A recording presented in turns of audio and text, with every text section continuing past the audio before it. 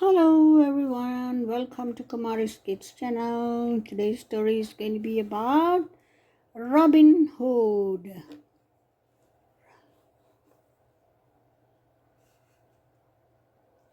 Robin Hood lived in Sherwood Forest. He stole from the rich and gave to the poor.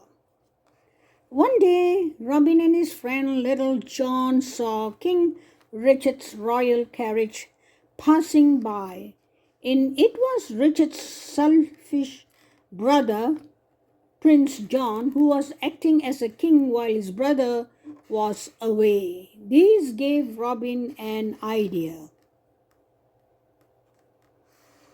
Robin and Little John disguised themselves as fortune tellers and ran after the royal carriage. When he saw the gypsies, the prince ordered his men to stop the carriage. Robin and John brought out their crystal ball and began their act. The prince stared into the ball. He was spellbound by all the riches the fortune teller foresaw. Robin took gold with him as he left the carriage. Meanwhile, Little John had gathered as many coins as he could carry from a hole in the bottom of the royal chest of gold.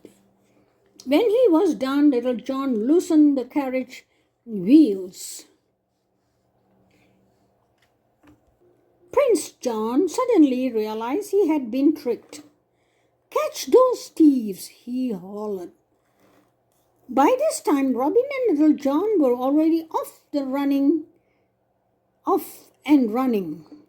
The prince tried to follow them in his carriage, but it wasn't long before the loosened carriage wheels fell off, bringing their chase to an end. When he returned to the castle, the prince called on the sheriff of Nottingham. One of the sheriff's duty was to collect taxes. The vengeful prince happily raised taxes to punish Robin of his thievery.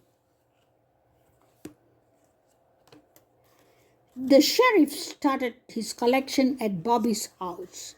It was Bobby's birthday, and as a gift, his sisters had given him a shiny gold coin. When the sheriff saw the coin, he took it. Thankfully, Robin arrived a few moments later and replaced Bobby's stolen coin with a bow and arrow. Soon afterward, everyone was talking about the Golden Arrow tournament. The best archer would be rewarded with a kiss from the lovely maid Marianne. Robin was in love with Marianne. He sighed up for the tournament disguised as a stork. With a little luck, he could win Marianne's kiss. Robin was known to be the best archer in the country, so ignored the fact that the tournament was surely a trap set by the prince. At the end of the day, only two archers remained, the stork and the sheriff. With his final arrow, the stork hit the bull's eye. Marianne was thrilled. She knew that the stork was really Robin. As Robin bowed to her, Prince John tore through the Robin's costume with his sword. The sheriff threw Robin in prison.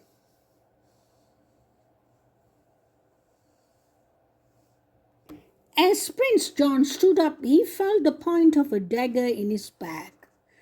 It was Little John disguised as a royal court attendant. "Let Robin go," demanded Little John, "otherwise The prince had no choice. Robin and Little John escaped again. The prince was furious. He raised taxes once more, and the sheriff was more than happy to collect. By the end of the day, the only gold coin that remained in the town was in the poor box. The sheriff collected the last coin without thought. When Friar Tuck scolded the sheriff, he was thrown in prison. Some time later, Prince John devised a brilliant plan to capture Robin. "I'll use Friar Tuck as a bait," said the prince. "When Robin comes to free him, we'll be ready for him." Robin disguised himself as a blind beggar and went to Prince John's castle. Fooled by his disguise, the guard let Robin in. He and Little John crept through the castle in search of the sheriff. When Robin found the sheriff, he was sleeping soundly. He carefully stole his keys and tossed them to Little John. "Release Friar Tuck and the other prisoner," he whispered. "I'm going to find the treasure." The prison was full of people who hadn't paid their taxes, including Friar Tuck. Little John released them all.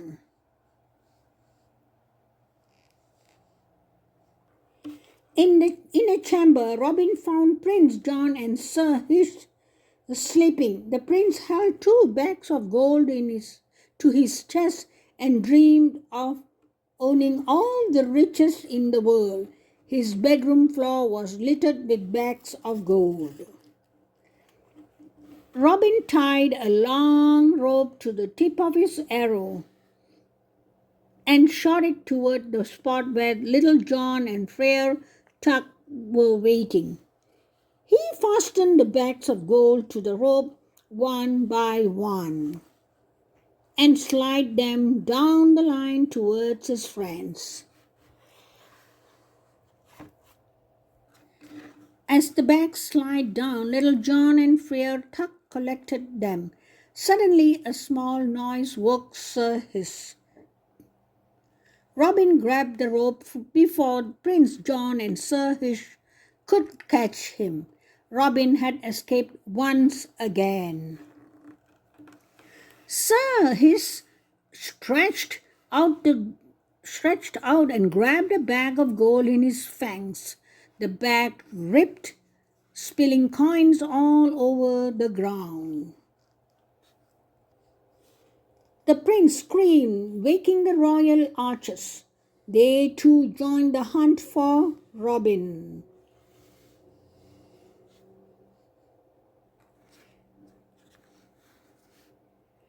Robin finally made his way down the rope and fell into the Little John's arm. Friar Tuck, Little John and the prisoners ran toward the mob, while Robin stayed behind to confront the sheriffs. In the scuffle, the sheriff tripped, setting the traps on fire. The fire spread quickly through the castle. Robin leaped from the burning tower to escape the flames. He swam to the shore and took off his Sherwood forest. The castle burned down and Prince was left penniless. A few days later, the church bells rang throughout the kingdom, celebrating King Richard's return. At last, peace would be restored.